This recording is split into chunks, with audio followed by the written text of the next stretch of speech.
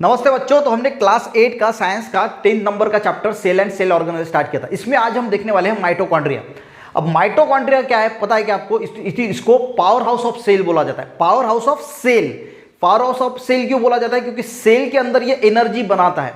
हम देखिए हमारे को जो एनर्जी महसूस होती है वो सेल की वजह से होती है। हर सेल में कुछ ना कुछ एनर्जी बन रही है। खाना खाते हैं, खाना खाने के बाद हमें जो है वो थोड़ा एनर्जेटिक महसूस होता है, क्योंकि वो माइटोकॉन्ड्रिया ही होता है जो हर सेल में एनर्जी बनाता है, जिसकी वजह से हमें एनर्जेटिक फील होता है। तो ये माइटोकॉन्ड्रिया कैसे एनर्जी बनाता है वो भी देखेंगे, और इसका स्ट्रक्चर कैसे निकालना है सिंपली वो भी देखेंगे। देखिए तो बात करेंगे माइटोकॉन्ड्रिया की, तो सबसे पहले आपको जो है वो एक ऐसा निकाल लेना है राउंड। तो ये हो गई माइटोकॉन्ड्रिया की आउटर मेम्ब्रेन। जैसे मैंने यहाँ पे निकाल लिया ना, ये आउटर मेम्ब्रेन, जैसे यहाँ पे बड़ी डायग्राम निकाली है, तो ये हो गई हमारी आउटर मेम्ब्रेन। ये पोरस होती है। पोरस यानी सच्छिद्र, यानी झरझरा, यानी जिसके अंदर से छोटे छोटे होल्स होते हैं जिससे एयर लिक्विड अंदर बाहर आ सकता है, इसीलिए इसको बोला जाता है पोरस। तो ये आउटर मेम्ब्रेन निकाल ली।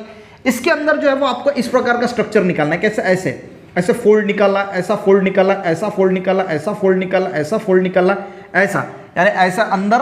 तो ये जो फोल्ड पार्ट है ना, देखिए इसको बोला जाता है, ये पूरा का पूरा जो अंदर मैंने ऐसे ऐसे निकाला इसको बोला जाता है इनर मेम्ब्रेन। तो ये हो गई हमारी आउटर मेम्ब्रेन और ये हो गई इनर मेम्ब्रेन। यहां तक निकाल लिया माइटोकॉन्ड्रिया, ठीक है।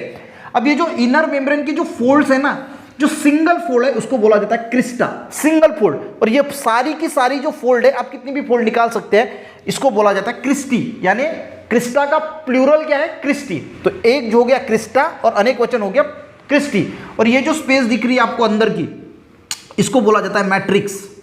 समझ में आ गया? यानी outer membrane, inner membrane, inner membrane में जो फोल्ड है वो क्रिस्टा, सारी को बोला जाएगा, जो एक फोल्ड को क्रिस्टा, सारी जो फोल्ड है उसको बोला जाएगा क्रिस्टी, और अंदर जो का जो पार्ट इसको बोला जाएगा मैट्रिक्स। और ये जो अंदर का पार्ट है इसमें क्या होता है? इस मैट्रिक्स के अंदर क्या होता है? राइबोसोम होता है, फॉस्फेट ग्रैन्यूल होते हैं और डीएनए होता है। इतनी चीजें आपको याद रखना है। क्या क्या बताया मैंने?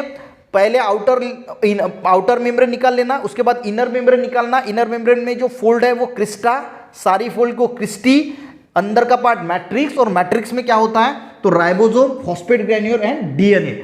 आउटर मेम्ब्रेन पोरस होती है। समझ में आ गया? अब देखिए यहां तक स्ट्रक्चर समझ में आ गया। अब माइटोकॉन्ड्रिया क्या करता है? जो एंजाइम्स उसके अंदर प्रेजेंट होते हैं और जो ऑक्सीजन का यूज करके जो हम कार्बोहाइड्रेट और फैट जो सेल के अंदर प्रेजेंट होते हैं इसको ऑक्सीडाइज करते हैं। ऑक्सीडाइज का meaning in the presence of oxygen, oxygen का एंजाइम का यूज करके उसको ऑक्सीडाइज करते हैं। और ऑक्सीडाइज जब वो कंबाइन होता है, यानी ऑक्सीजन, एंजाइम्स और कार्बोहाइड्रेट फैट्स माइटोकॉन्ड्रिया में जो कंबाइन होता है तो एनर्जी रिलीज होती है, और वो एनर्जी जो है उसी को हम बोलते हैं एनर्जी प्रोडक्शन। यानी कार्बोहाइड्रेट और फैट्स को ये माइटोकॉन्ड्रिया ऑक्सीडाइज करता है इन बाय यूजिंग एंजाइम्स, और इसमें जो एनर्जी प्रोड्यूस होती है वो इन द फॉर्म ऑफ एटीपी, यानी एडेनोसाइन ट्राइफॉस्फेट के फॉर्म में प्रोड्यूस होती है। अब एटीपी के फॉर्म में प्रोड्यूस होती है कि सिंपल देखिए, कोई बच्चा काम करता है, वो कोई इंसान काम करता है, ठीक है। तो इंसान अगर काम करेगा तो वो बोलेगा मैं काम करूंगा यार मुझे पैसे दे देना, पर कोई बोलेगा नहीं मुझे, मैं ना काम करूंगा तो मुझे 5 किलो ये दे देना, अपना अनाज दे देना, या फिर गेहूं दे देना, या फिर, तो वो काम कर रहा है किसके लिए? इन द फॉर्म ऑफ, यानी हम बोल सकते हैं कि गेहूं के लिए, पैसे के लिए। तो ये जो यहाँ पे एनर्जी प्रोड्यूस हो रही है वो इन द फॉर्म ऑफ, हम बोलते हैं एटीपी, यानी एडेनोसाइन ट्राइफॉस्फेट। आगे वाले क्लासेस में आपको इसमें डिटेल पता चलेगा। सिर्फ आपको इतना ध्यान रखना है कि जो माइटोकॉन्ड्रिया एनर्जी प्रोड्यूस करता है वो इन the form of ATP and adenosine triphosphate के फॉर्म में प्रोड्यूस करता है। उसके साथ जो आरबीसी होते हैं हमारे ब्लड में, रेड ब्लड सेल्स, उसमें माइटोकॉन्ड्रिया एब्सेंट होता है। ये आपको एक एक्स्ट्रा याद रखना है। और दूसरी चीज याद रखना है कि जो प्लांट सेल्स होते हैं उसमें माइटोकॉन्ड्रिया की संख्या कम होती है देन एनिमल सेल। ये भी आपको एक ध्यान में रखना है। अब जो बुक में दिया है वो पढ़ लेते हैं ताकि आपको और अच्छी तरीके से समझ में आ जाएगा। देखिए माइटोकॉन्ड्रिया क्या है? इसको पावर हाउस ऑफ सेल बोला जाता है। देखिए ईच सेल रिक्वायर एनर्जी, हर सेल को एनर्जी की जरूरत होती है, and this energy produce in the mitochondria. और वो एनर्जी कहाँ पे प्रोड्यूस होती है? वो एनर्जी प्रोड्यूस होती है mitochondria. Under the electron microscope the mitochondria seen is double membrane structure. तो इलेक्ट्रॉन माइक्रोस्कोप में ये डबल स्ट्रक्चर मेम्ब्रेन निकाला है। हमने यहाँ पे सिंपल आपको डायग्राम निकाल के दिए ताकि आपको जो है वो आसान हो सके। आउटर मेम्ब्रेन इज पोरस, मैंने जैसे बताया, इसमें से गैस लिक्विड पास हो सकता है, छोटे छोटे होल्स होते हैं। And inner membrane is deeply folded, और इनर मेम्ब्रेन क्या है? डीपली फोल्ड है। This fold are called cristae, और इस फोल्ड को क्या बोला जाता है? क्रिस्टी। और एक फोल्ड को क्या बोला जाता है? Crysta. Inner cavity filled with proteinaceous gel like matrix, यानी जो अंदर का पार्ट है वो प्रोटीनियस जेल्स से भरा होता है, मैट्रिक्स से, उसके अंदर क्या क्या होता है, ribosome, phosphate granules and DNA.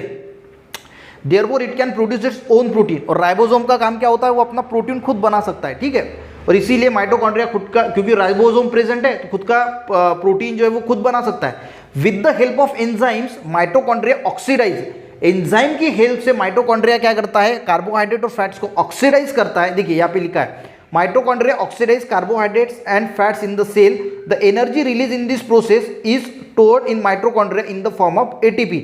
यानी जो कार्बोहाइड्रेट और फैट्स का माइटोकॉन्ड्रिया में ऑक्सीडाइजेशन होता है with the help of enzyme, वो माइटोकॉन्ड्रिया में एनर्जी स्टोर होती है इन द फॉर्म ऑफ एटीपी, यानी एटीपी के फॉर्म में वो स्टोर्ड होती है।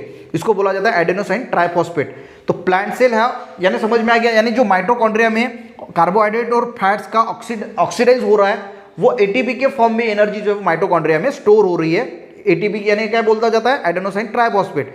और यहाँ पे आपको दिखा है कि भाई plant cells have less mitochondria than animal cell, और यहाँ पे दिखा है कि भाई आरबीसी में जो है वो माइटोकॉन्ड्रिया एब्सेंट होता है। ये पूछा जा सकता है कि भाई किसमें, किस सेल में माइटोकॉन्ड्रिया एब्सेंट होता है, तो आपको पता होना चाहिए कि आरबीसी में माइटोकॉन्ड्रिया एब्सेंट होता है। फंक्शन क्या है, फंक्शन क्या है, एनर्जी का प्रोडक्शन करना, simply to produce energy rich compound ATP, यानी एनर्जी रिच कंपाउंड यानी जो एटीपी के फॉर्म में वो माइटोकॉन्ड्रिया में एनर्जी स्टोर्ड हो रही है।